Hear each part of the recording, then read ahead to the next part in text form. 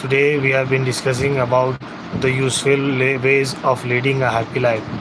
So we were reading chapter 1 today by Shaikh Abdurrahman bin Nasir Al-Sady. So we have completed half of the chapter today. We have almost studied half of the chapter. So now we are going to continue from the this paragraph. So let's begin. Is my voice clear? Am I audible properly? You can chat on this live stream. You can send messages. You can comment. I'm here to read it. The chat is live now. Okay, so let's start. Bismillah Rahman Rahim. So we have completed till here. Now we're going to start the other paragraph. Okay, let's begin. The other one, on the other hand, encounters joyful and agreeable situations with insolence, arrogance, and rebellion. As a result of this, his behavior deviates and he becomes just like an animal, encountering his joy with utter greed and a burning anxiety and restlessness. And despite that, his heart is still not at rest. He is restless for several reasons. He is restless out of fear that the good things will vanish, and out of the feeling of anxiety for the struggle to retain them. He is restless out of the burning urge and desire to acquire more, because the human self by its nature knows no limits to what it desires, and he may acquire them and he may not. Even if he acquires them, and the restlessness still persists, because the circle will repeat itself on him viciously. And when he is afflicted with unpleasant things, he is worried, full of despair, fearful, and sorrowful. Only Allah knows the degree of the wretchedness of the life he is going through, and the mental and physiological sickness associated with it, and the extent of the fear that would ultimately lead to more horrible and heinous results.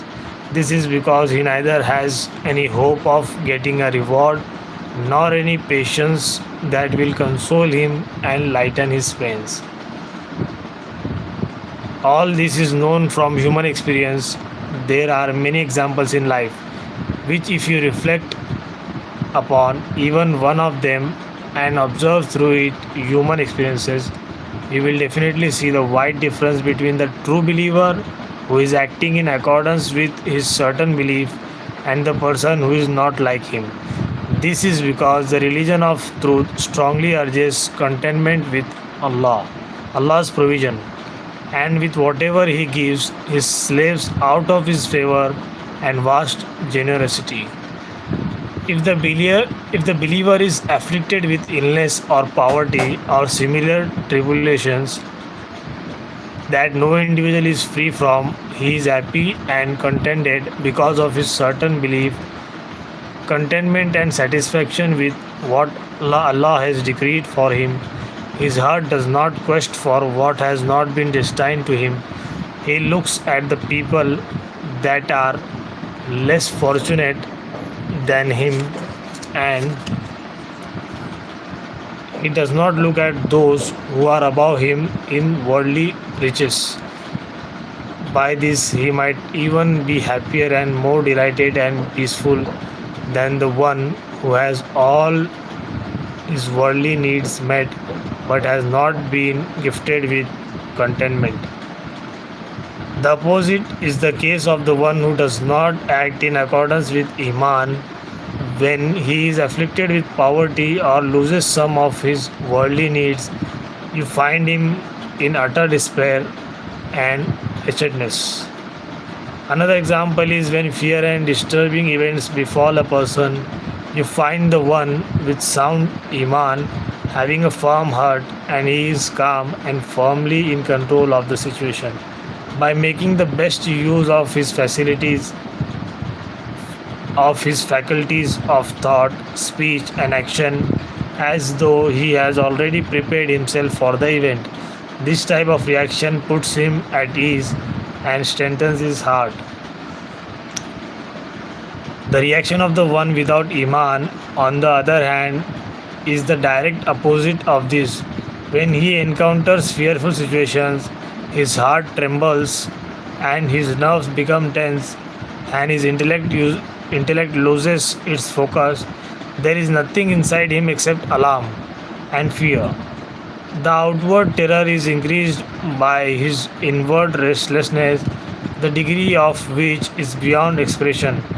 These type of people among mankind, if they do not acquire some of the natural means at the disposal of every human being for the dealing with troubles through life experiences, their energy becomes completely sapped and they suffer a nervous breakdown. This is because they lack the iman that encourages patience, especially in situations of the difficulty and anxiety.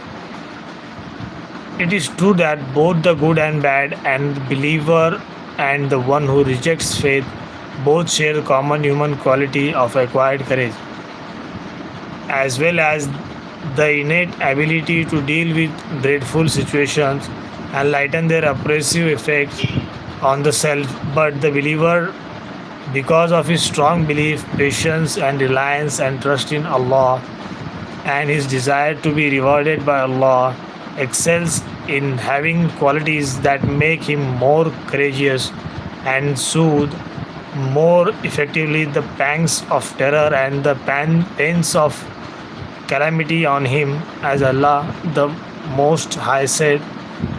And here is the text in Arabic. So we are going to read its meaning. If we are suffering hardships, they too are suffering similar hardships, but you hope from Allah that for which they hope not. Nisa, verse number 104. I'm gonna turn the page. Okay. In addition to that, the believers receive from Allah is His special help, succor, and assistance that will drive away the dread and terror that befell them. Allah, the Most High, said, and be patient, surely Allah is with those who are patient. Surah Al-Anfal, verse number 46. Among the means of eliminating worry, grief, and anxiety is goodness to creation by words, by deeds, and by all types of good acts. All of these are good and excellent in the sight of Allah, and by them Allah removes worries and anxieties from both the good and bad, in each in accordance with the level of being good to creation. Except that the portion of the believer is more complete and perfect, and he also excels by the fact that his goodness is born out of sincerity to Allah and seeking His reward. As a result, Allah makes the act of doing good and goodness and granting it easy for him because of his hope in the goodness with Allah, and He removes from him unpleasant things because of his sincerity and his seeking the reward of Allah. Allah, the Most High, said,